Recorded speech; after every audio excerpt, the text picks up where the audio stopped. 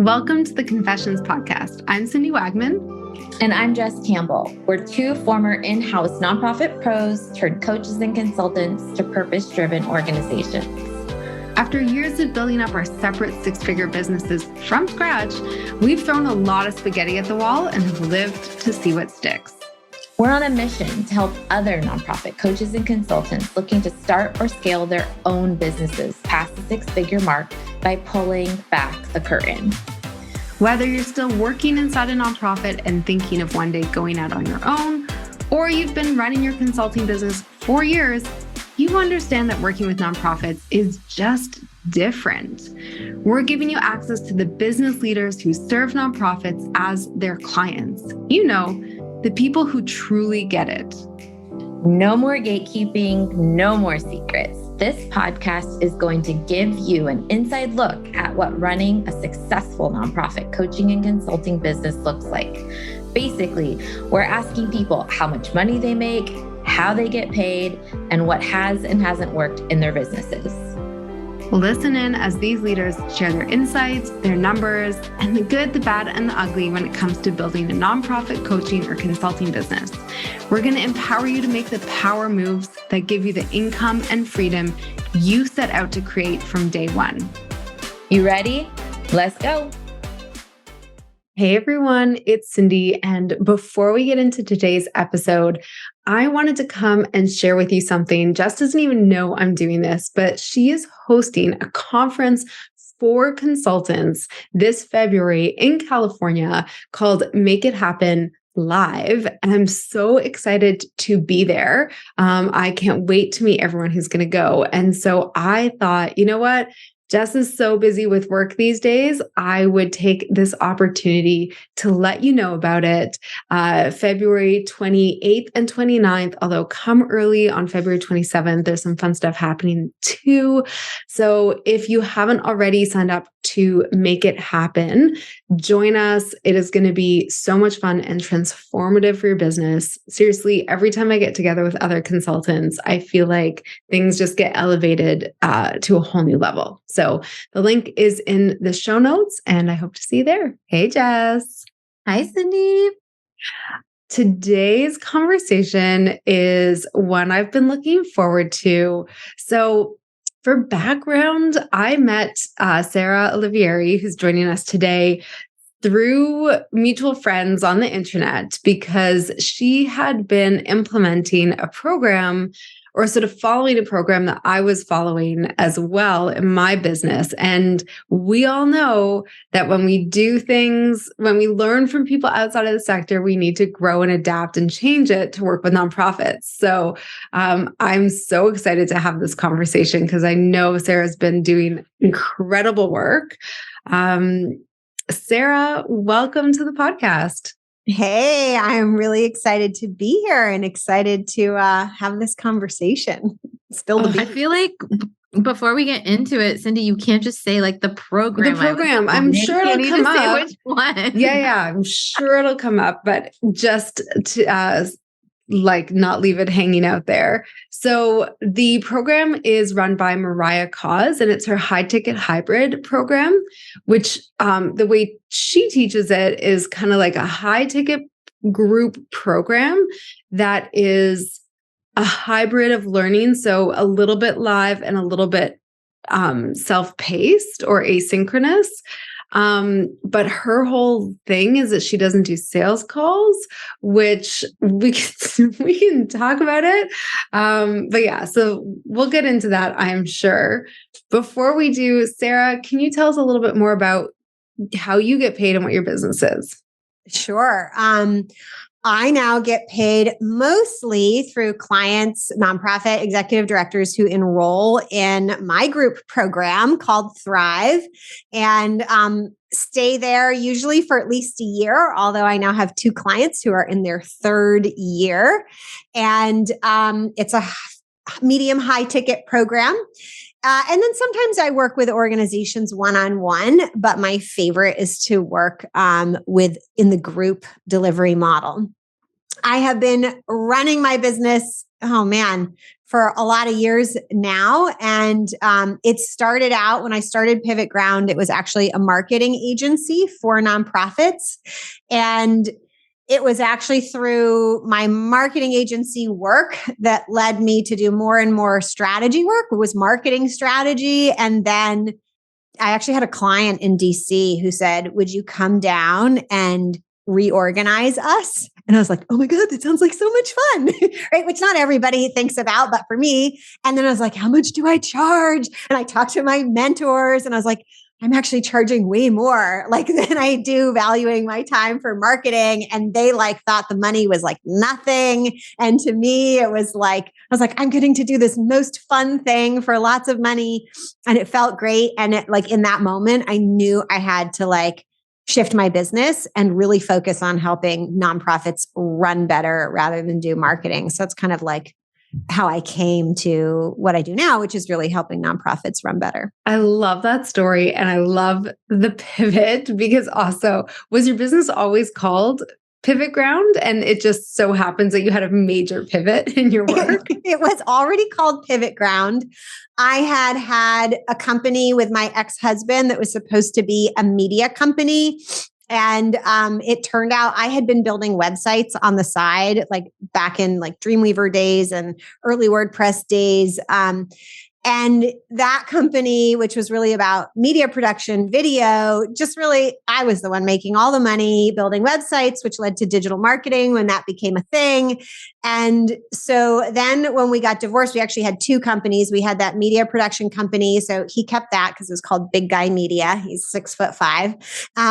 And we had this other company that was a cafe and art supply store with a lease and a space, and he couldn't run it. So I took that and I renamed it. Was called Olivieri's Arts, Crafts, and Coffee. I renamed it PivotGround, turned it into a cafe and co-working space, and merged in my website work, which was starting to focus on nonprofits. And then when I had the chance to get out of my lease, I got out of the cafe completely.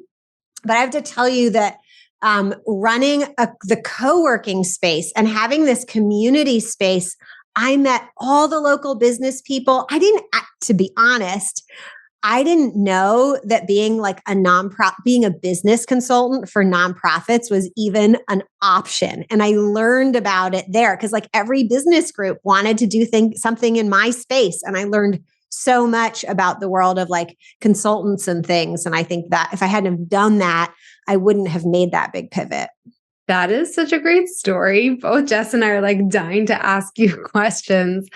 One of the questions that always comes up now that you are doing this one-to-many program, and you said you rarely work with one-on-one with clients, do you find I find one of the myths is that we get to one-to-many off the bat, it happens right away. And then we never have to work one-on-one. So I'd love to know a little bit more about how much, when do you take on one-to-one clients?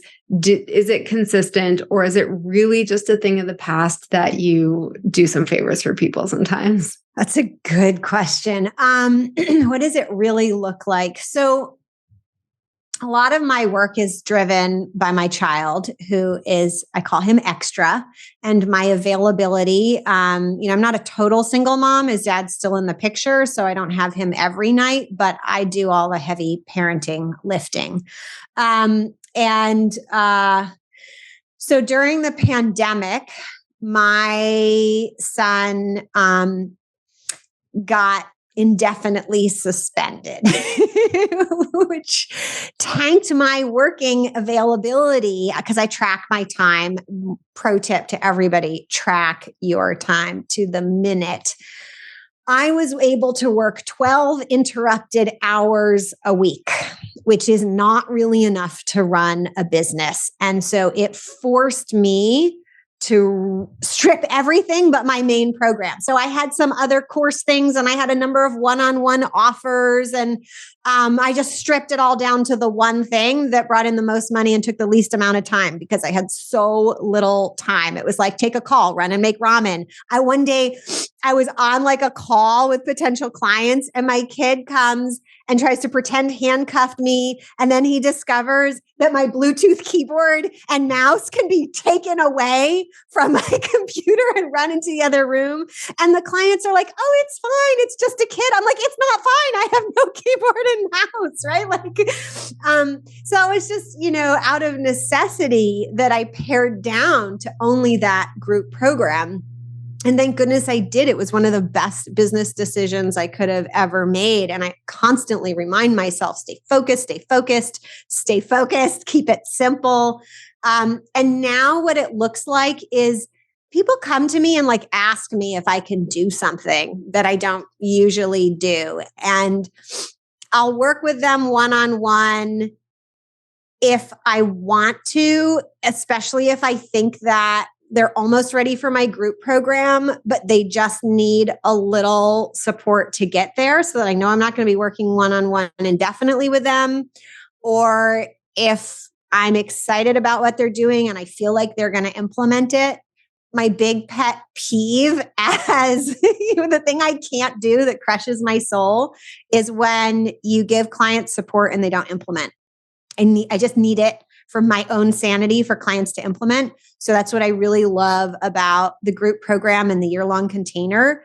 I can be hands-on with them in a way that's affordable to them. And from a time perspective, affordable to me because my time is still very limited. Super helpful. I have two back-to-back questions. I'll start with the first. If you could just context set about your group program a little bit, like how much is it? How many people are in it? How long does it last? Is it live? Is it modules? Is it a Slack channel? Like paint the picture of what this amazing group program is. And then I'll follow up with my second question after that. Sure. Well, let me preface that by saying I'm now in my 5th year maybe of doing this group program. So it has certainly evolved. And I would never, anybody who doesn't have one, don't think that these things are like from day one. Day one, I followed that model. I did a beta launch. It was an 8-week live training sessions. My next one, I re-recorded those trainings and I ran it again for 8 weeks, but now they could watch the training and then have a Q&A. But my big lesson, and this is where I would encourage people, test in a short container, but then move to a long container if you really want to get results, especially if what you do is more complex. So I'm not just teaching like a marketing tactic. I am helping executives run their entire organizations better from that leadership level. So there are a lot of pieces involved. So now what it looks like is there is an online curriculum. So when a client enrolls in the program, they get immediate access to the online curriculum, which has a very structured step-by-step. They kind of watch one module a week and they implement things. And that's designed to go for about 10 weeks, but it takes some organizations less and some organizations much, much, much longer. And they have weekly group coaching calls with me, and they get weekly feedback by email individually on one item a week that they'd like feedback on. And the program currently costs, I have 3 prices. I've got the pay in full price for a year. That's my kind of ideal commitment from them because it gives them enough time to really implement. It's $16,500. There's an installment plan. And a breakthrough I made the other year was adding a monthly plan that was just month to month because I've played with like a trial period that got tricky. And the month to month serves a really specific purpose that we can get into if you want, but I'll stop there for a moment. Okay, that's really helpful. And we've talked about it before. Cindy loves a good monthly plan. Cash flow, baby.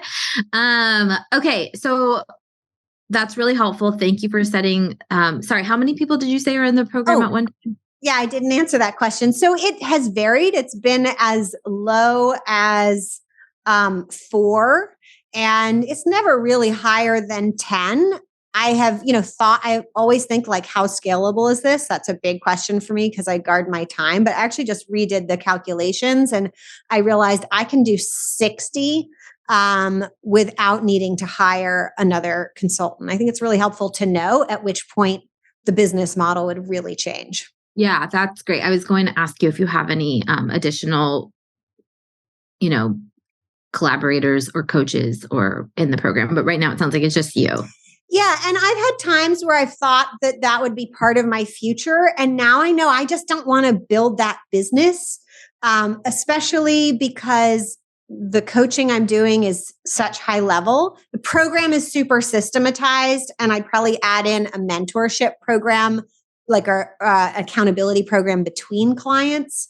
But I don't need to, I can make plenty of money and not work that much, and not have to worry about replicating myself, which is, it's one thing to say, oh yeah, add another coaches and sure, you can train them. But you know what? And I was in the program that Cindy was talking about, and the person whose program it was and the mentors that she had hired, I mean, they were great, but they were not her mind. And right. It was, her mind that I was interested in. And I know that's what my clients value most in working with me. Some of them say, like, we hire you for your brain, Sarah. Yep. Totally. I mean, it's a smart brain. Okay. So one of the things that Cindy and I have talked just a lot on this podcast, offline with our peer mastermind, is this concept of 10xing, and how when you focus and go deep, it can have exponential results, which sounds like is the ticket for you, both in time and in money. And I loved what you said, that your transition to this was as out of necessity, because I think sometimes people who try to be strategic about it have a harder time around letting go and, trimming or whatever the term is. And you just were kind of in like a go mode. Like you didn't really have a lot of time to think about it. You just had to do. So I love that it's worked out so well. And I know one of the things that people are wondering is like those early days of that transition, right? You're going one-on-one, and then I just know from my experience in doing one-to-one versus one-to-many, like it is different in terms of the marketing, of the outreach, of the pitching. And I'm curious what those early day transition of even announcing that you're doing this thing what did that look like then versus now? I'm trying to paint the picture for our listener who aspires to make that transition, but doesn't know where to start. And it can feel very overwhelming. And they've got an email list of 50 people and they don't really show up on social media. It's like, what are the steps 1, 2, and 3 you got to start with? And then what are the things you do present day to fill your current cohorts? Yeah. Well, I still start in the same place I started with back then. I throw some spaghetti at the wall and see what sticks. Keep it simple. And if anything, I've gotten more whenever I want to test something new, and I've tested a lot of new things. Whenever I want to, the progression has been to be more and more and more simple about how I test it and what resources I put into testing. So like, originally I didn't have a big email list. And I don't really even know if I can tell you. I did hire someone briefly who did like hardcore cold outreach. She networked. She came from a corporate background and she found clients. And I think that's how that initial beta program, I just said, I'm putting together this beta program. She worked for me like very part-time. And I was like, can you see if you can get some people? And she just researched on the internet, called them up and sold them on it, really basic stuff. What it has evolved into, the thing that I needed to get away from, both for individual work, but even this group program, was people wanting proposals, because that's just so freaking time consuming. And then once they have a proposal, then they want you to present it to their board after you already presented it to them. And the board doesn't know anything. and you're just like, this is not, at the time when I stopped doing proposals, when I ran into this problem, I was selling the Thrive program and it had less in it for about 8,000. It was almost just under 9,000. And I was like, this is not $1 million corporate deal. And if I spend the time that all you all nonprofits want me to spend on selling you this thing, giving you the medicine, I'm going to have to triple the price because just to cover my costs of selling.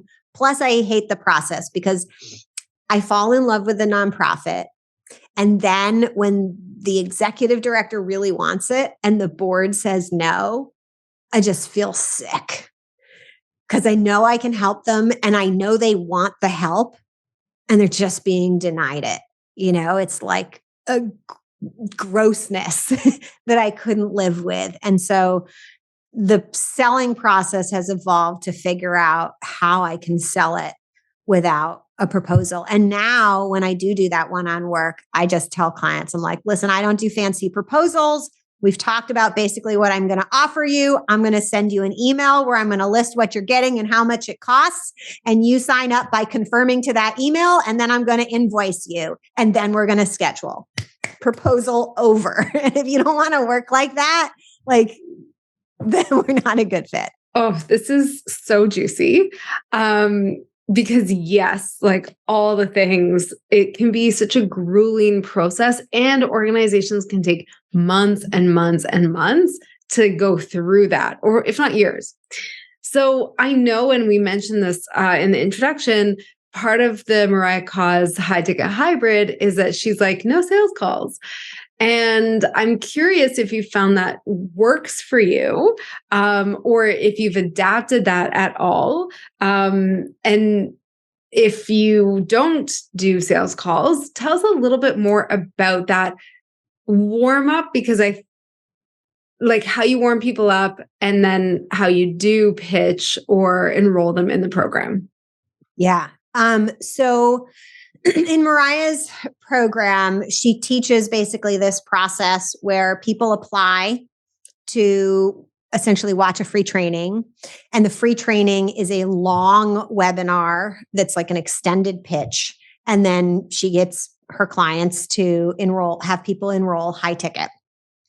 And the first time I did it, the first 2 or 3 times I did it, it worked with my slow clients who are already in the process. Like the first person who signed up, literally, I had that sales call with her the first time a year prior.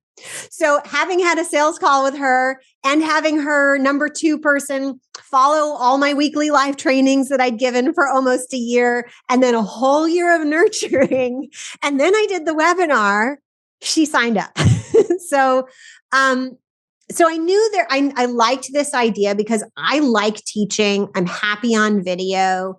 And so I knew, I was like, oh, okay, I can make this. If this gets her to close, that's great. But now I need to shorten that timeline and so I both needed to shorten the timeline and accept that the timeline was going to stay long. So just bear with me for a second. So as far as shortening the timeline, I said, I really don't want it to take a year or more. It was more like 1.5 years or 2 years to close. And this was a common story, right? People follow me for a long time and then they finally close. And so I wanted to get people to close faster. So the big change that is now working really well to close that. And so I had to be really clear, like, this is my process for getting people to apply and then close. There is a 3 webinar sequence. And yes, I can't put them on evergreen. They have to be live, but I would rather do 3 webinars live on repeat, even for small groups, than do, a proposal. So that is the speeding it up.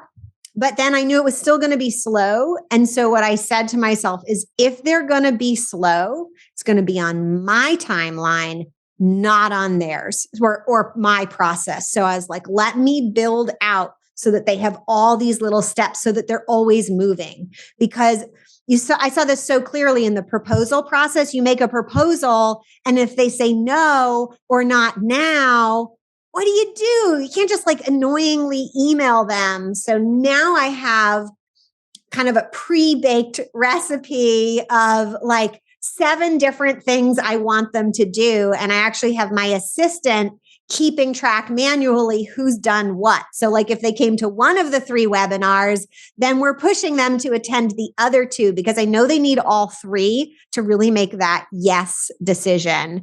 And it took me a while to figure out what 3 they are. And this stuff is really hard because if you've got a year-long timeline and 3 different potential webinar topics, it's so many combinations, and you can't just trust the data of any one activity doesn't give you the whole picture.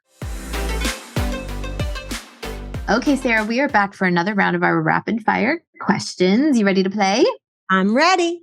You just said in our interview that you really see a diminishing of returns the more hours you work. It sounds like you value your life outside of work. How do you like to spend your free time? I'm a sailboat racer. I race with my dad, who's 77, although he wasn't well enough to race this last season.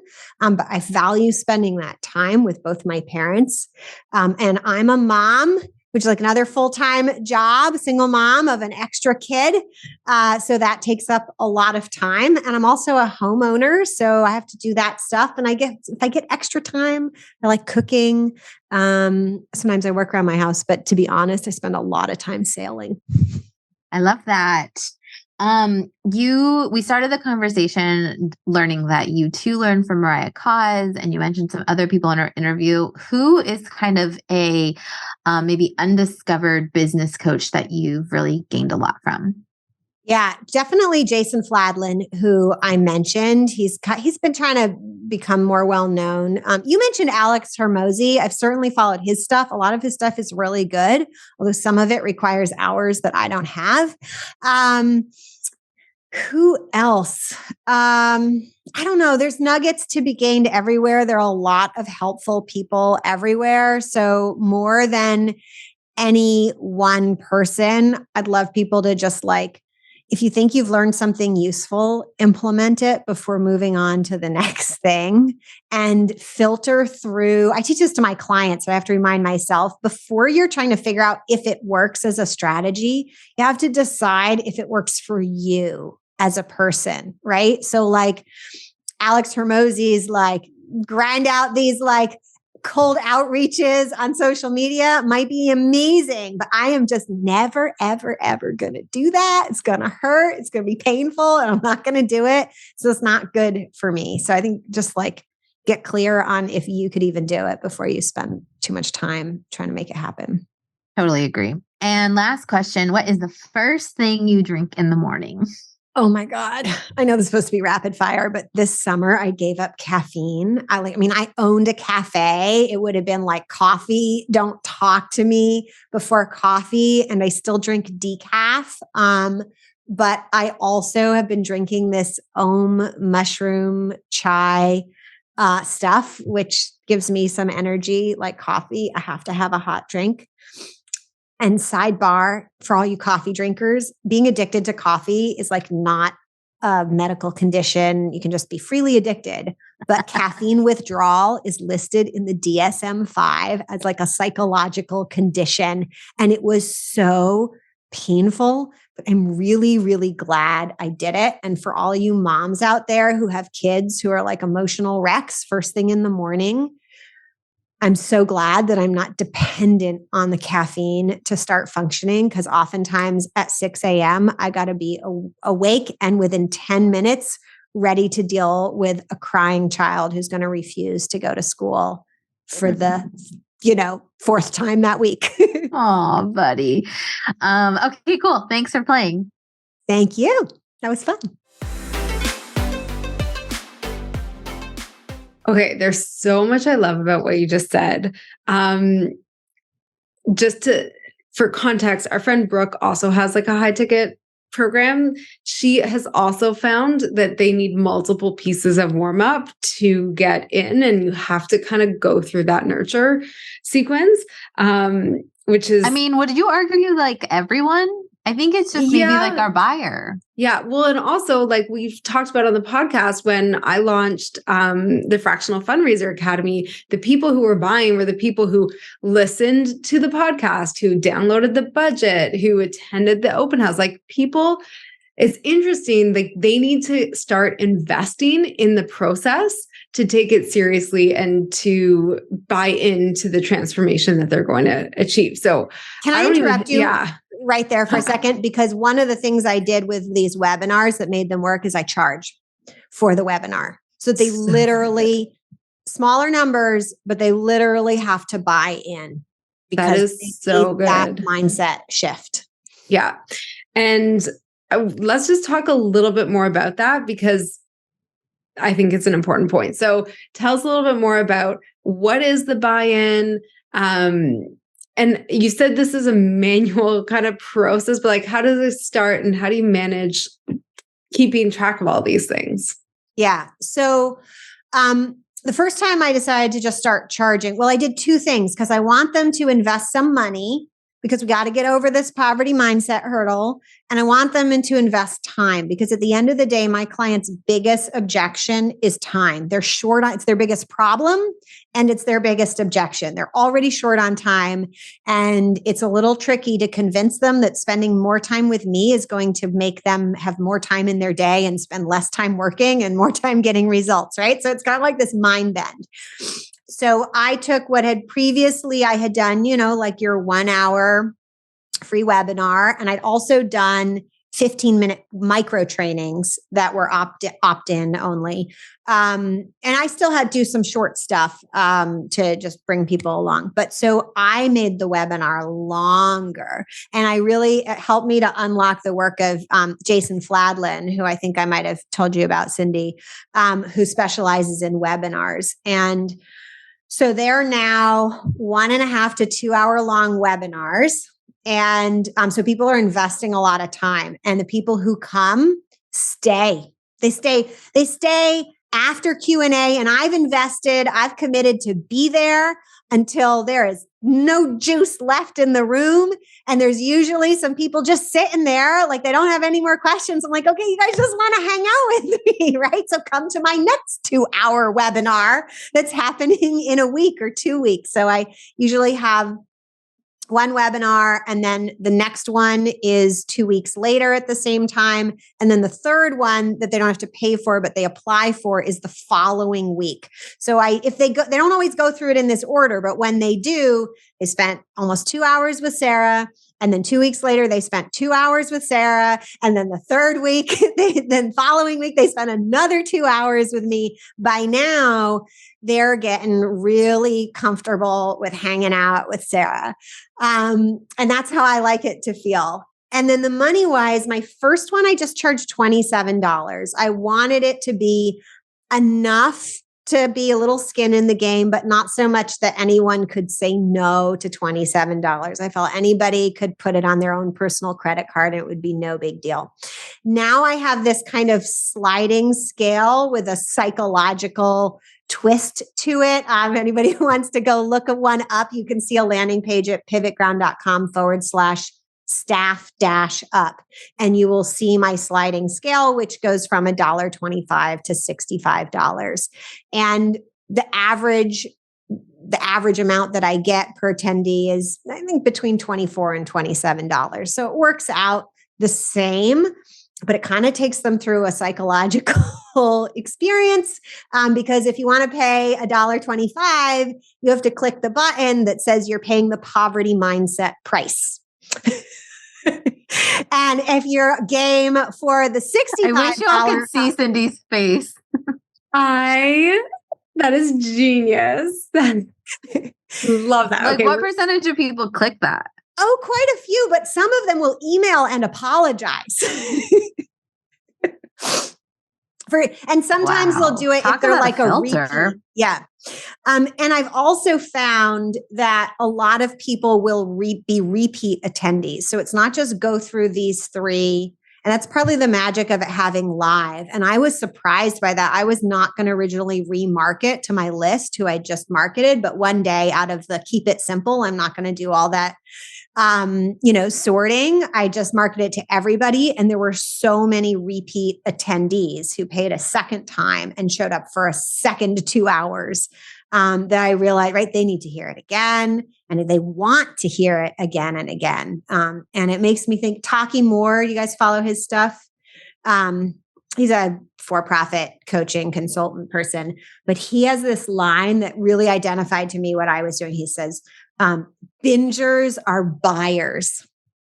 Like, that's it. So I've given them some webinars to binge on and to binge on live. And then, but the other piece, they weren't just any webinars, right? So they had to be webinars that really helped deal with objections. So going back to Jason Fladlin, who has so much good stuff on objections. He calls them smashing objections. And he's like, you got to do it up front. So now when I think about building a webinar or doing any sort of marketing, I'm like, what are all the objections? And I could never really get clear on objections until I did his trainings and stuff on objections.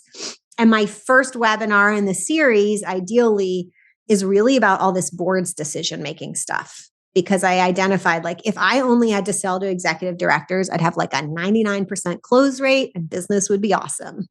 But I don't, because it's the boards who don't know what's going on. And so in that first webinar, I also had to rethink how boards were working because it's a problem my clients were experiencing. But kill two birds with one stone. I can now help nonprofits completely fix their boards.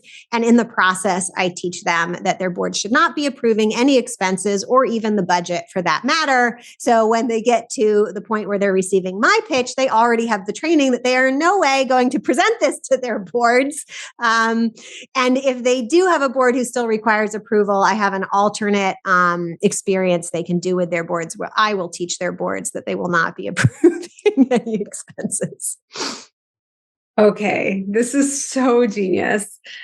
I have so many questions. Okay, I want to talk more about the objections because I think that that is something that we all struggle with and so easily I hear from so many consultants, like, I don't want to be salesy and stuff like that. And I think we associate those two together as like objections, and trying to overcome objections makes me that sleazy salesperson. So I want to hear a little bit more about the kind of objections you build into your trainings. But before, I have like one really quick little question, which is like, do you offer replays when you launch? And I want to ask how often you launch, but we'll come back to that. But do you offer, do they have to be live with you in order to really move through things? I do offer replays, and I'm considering not doing it because I'm looking at the numbers. Almost nobody watches the replay. And it's only people who showed up live, really, who want to go back and rewatch it. Yeah. Yeah. And so I'm either going to just not offer them or I've thought about testing one of those, like, if you come, it's free, but if you want the replay, you have to pay kind of thing. Or like just request it even, kind of like give them an action to take. Yeah. To get and it. Yeah. And it's so few people. I'm like, why did I even spend the few minutes that it took to like download it and re-upload it to YouTube? Yeah. Because I'm like, really, you're not watching. But people always ask about it. They want it. And I think, kind of tying that into objections is, over the years, I've really thought about, what do people say their objection is and what do they really want? As a marketer, I always used to use the example, like, you may say you want to lose weight, but I could just as easily sell you an ice cream cone, because probably what you're really wanting is to feel better. And I can make an ice cream cone sound like it's going to make you feel better, probably even more easily than some, painful weight loss program. Right? Because we all know that ice cream cones make people feel better. And if I just tap into what is it that you really want, and as opposed to what you say you want. So what everybody says their objection is money. And I can tell you, for everybody listening, it's not money. It's never, ever money. But if you need proof, some of the things that I needed as proof are I'd run enroll in the next 2 weeks or 1 week, and you can save $3,000. And organizations who are already basically, yes, they'd hire, enroll a day or two after the thing was gone. And they didn't care that they were paying thousands of dollars more because it's not the money. It's never the money. And they just prove that to you. But they always say it is because they struggle with poverty mindset, not real. It's not really the money. So you have to you have to help them kind of shut down their poverty mindset, which is a different objection than I don't have the money. I mean, every now and then there's a true, I can't afford it. Like literally, they've started a new nonprofit. They gave up their day job. They have zero money, in which case the real answer is you shouldn't be starting a nonprofit because you have no money to live on. And the real objection for my services is time. They're worried they won't have the time to implement. And that's the one I really have to drive home. And then the other one in my case, and probably for many people, is that board approval problem. I want it, but I can't get my board to approve it. And that's a hard objection because it's not a psychological objection. It's like a tactical objection. And I do have one client who pays that month-to-month fee because her board has to approve over a certain threshold of like a contract. And she pays significantly more without a 1-year contract, but it's a loophole that she doesn't have to present it to her board or get approval because there's no contract. It's just month to month, and the monthly fee is less than she has to get approved. Another example of why it's not the money. And originally she said it was the money, but it was the full amount of a contract having to get the board approval, not the actual that she couldn't afford it. This is really great. I have more questions, but I just want to hit home on 2 examples that I think might be helpful to folks listening. So right now there's a email marketing conference online summit going on called Guru Summit. And it's very much no on demand. They're outwardly telling people there will not be recordings of this. We want as many people there live. And so this is the first time they've run it. So I'm a little curious on what the results are, if I can find a recap podcast with these hosts later to tell us how that worked out for them. But I was that's interesting because it is so annoying how many people ask if there's a replay. And then even the work of providing it is also quite a hassle. And I wonder what happens if you just eliminate that. You're if you really want to be there, you'll figure it out. The second point, and I don't love this example or who this is coming from, but I'll tell it anyways. So I saw a reel from Alex Hermosi, which is the bro of all bros. And he was using an example of how his wife, I think her name is Layla, drives $100,000 Hummer. And he's if I found someone on the street and was hey, if you give me $10,000, I will give you this Hummer. He was people will figure out how to find $10,000. They'll go to friends and family. They'll put it on a credit card. They'll look in their couch cushions. He was it's always about the value. It's never about the money. And I was that for me was a really helpful picture on that objection. And so I'm sure you all can find it on his Instagram account, but I was it's always about the value. It's not about the money, even if it's at a high price point. So thank you. Okay. We are running out of time, sadly, and we'll probably have to have you back on because I have so many questions on your top of funnel, but also launching. I have so many more questions and we just don't have time to dive into it. So I think what we'll do to compromise is ask you for your juiciest, truest confession when it comes to business. What is yours? Tell the fine folks, Sarah. Oh my God. There's the secret I keep for myself and the secret that probably I don't tell other people. So I'll tell you both. The less exciting one that I keep for myself is that I've struggled with ads And at the end of the day, if I really look at the data over time, my Facebook ads have worked. And they've been a better investment of my time and money than most other strategies I've used. Ooh. God, I want to ask questions about that. Yeah, we can tell do us quickly. Tell us quickly what your other methods are really quick. Like what other things have you I've tried them all. We should have a podcast on it because I have done them all. Speaking on stages, joint venture partners or strategic partners, other types of stages, partnerships that I've done, lead magnets, organic social.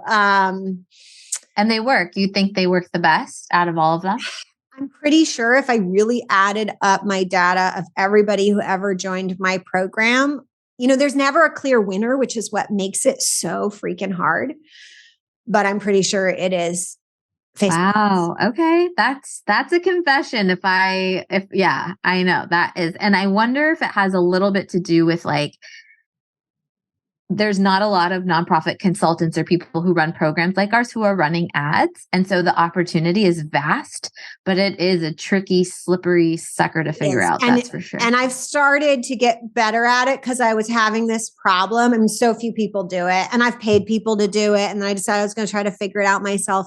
It's because when you run a nonprofit ad on Facebook, and YouTube is my next thing that I'm going to go into, your ads get stuck in learning mode because it can't find your audience. And I did figure out a way to make it find my audience. And I now just am learning ads from somebody new who uses the same way. I'm like, oh my God, that's what I've been doing. So we can talk about that. I'm not going to give away that juicy secret today. No, keep that one. Yeah. But my, other confession, I always encourage people to just be really real about money. And at times when, like during the pandemic, at times, in a good month, so track your hours. And one of the best things I started doing for myself this year is I now pay myself by the hour. And I am now closely tracking. And so I have learned that 90 hours a month is good for business, but bad for me. 45 hours a month is good for me, but bad for business. And so I have been working on getting into this 65 hour to 70. I'm finding out, is it 60? Is it 70? Like I'm honing in on the exact number of hours per month I need to work in order for my business to generate enough money to pay myself. And then I track my hourly rate. So I now have to know that to bring my hours down, I'm always watching the most revenue generating activities because it literally affects my paycheck. If I work too little and tank the income, I have a low hourly rate. Although it's not so terrible, right? I'm not overly killing myself, but this has been huge. So, but the confession is, in the past when I had to work too little, like 12 interrupted hours, it was so hard. I had to stop all my marketing activities. And so didn't hit me immediately financially, but like the next year, I went a whole year without getting new clients. And I really didn't make enough personally. My business made enough, but my profitability and my own ability to pay myself was in the tank. And I went through times of not paying myself. I've been through several times of running out of money completely in the business. I reached my last time, there was a period where I said, I'm going to run out of money 3 more times and then I'm never going to run out of money again. And I ran out of money 3 more times and I've never run out of money again. But I knew that there'd still be times in my business where I had to stop paying myself. And I did that in that period where my hours had to go way down. I had to stop paying myself again, many years into my business. But I knew I'd make it through. It helps if you run out of money completely a few times, it gets easier. But I said, this is the last time I don't pay myself. And it's taken, because my time is so limited for being a parent and other reasons, it's taken very careful, focused work. But it's really hard to be running a successful business and not paying yourself. And I was just looking at, this year compared to the year before last, and I'm going to do around 120,000, might end up 130 for the year, which is way smaller total revenue than my company used to be. But so interestingly, the year before last, I did almost the same number in revenue. I barely paid myself and I ended the year in a loss. And this year, the same top line revenue, I've paid myself well, and I'm going to end the year with profit on top, a significant, like probably between $20,000 and $30,000 in profit on top of paying myself because, and so, your top line numbers or whatever, I've had my company be much bigger top line, but, really focus on, and I pay myself as a W-2 employee. And so I know that my profit is real profit. It's not just my salary. And, that's what really, really matters. And it was tracking that hourly rate that really reminded me that for me, for so many people, 90 hours a month sounds like so little work. But to acknowledge and say to myself, that's too much for me. That puts me in overwhelm mode. And then to put a $1 per hour number next to it, then I felt so much better because I felt terrible. I'm like, I'm not working that much compared to other people, and I'm not making that much money. But when I started doing it this different way, I'm like, oh, my hourly rate is actually really good. And that felt so much better. Oh, so helpful. You're so wise. So good. Sarah, where can people find you and learn more about your work? Sure. PivotGround.com. Awesome. Thank you. We appreciate you being here. Oh, my pleasure. Thank you again for listening to the Confessions podcast for nonprofit coaches and consultants. If you enjoyed today's episode, which I sure hope you did, you can show your support in one of 3 ways. Number 1, post a screenshot of this episode to your Instagram stories or LinkedIn profile and tag Cindy and I so we can repost you. Number 2, share this podcast with a fellow nonprofit coach or consultant. And number 3, leave a positive review on Apple Podcasts so we can continue to grow and reach new listeners. And of course, make sure you subscribe so you can get the latest and greatest interviews as they drop every Thursday. And to our fellow nonprofit coaching and consulting friends, remember, we're an open book and here to answer your burning biz questions. See you next time.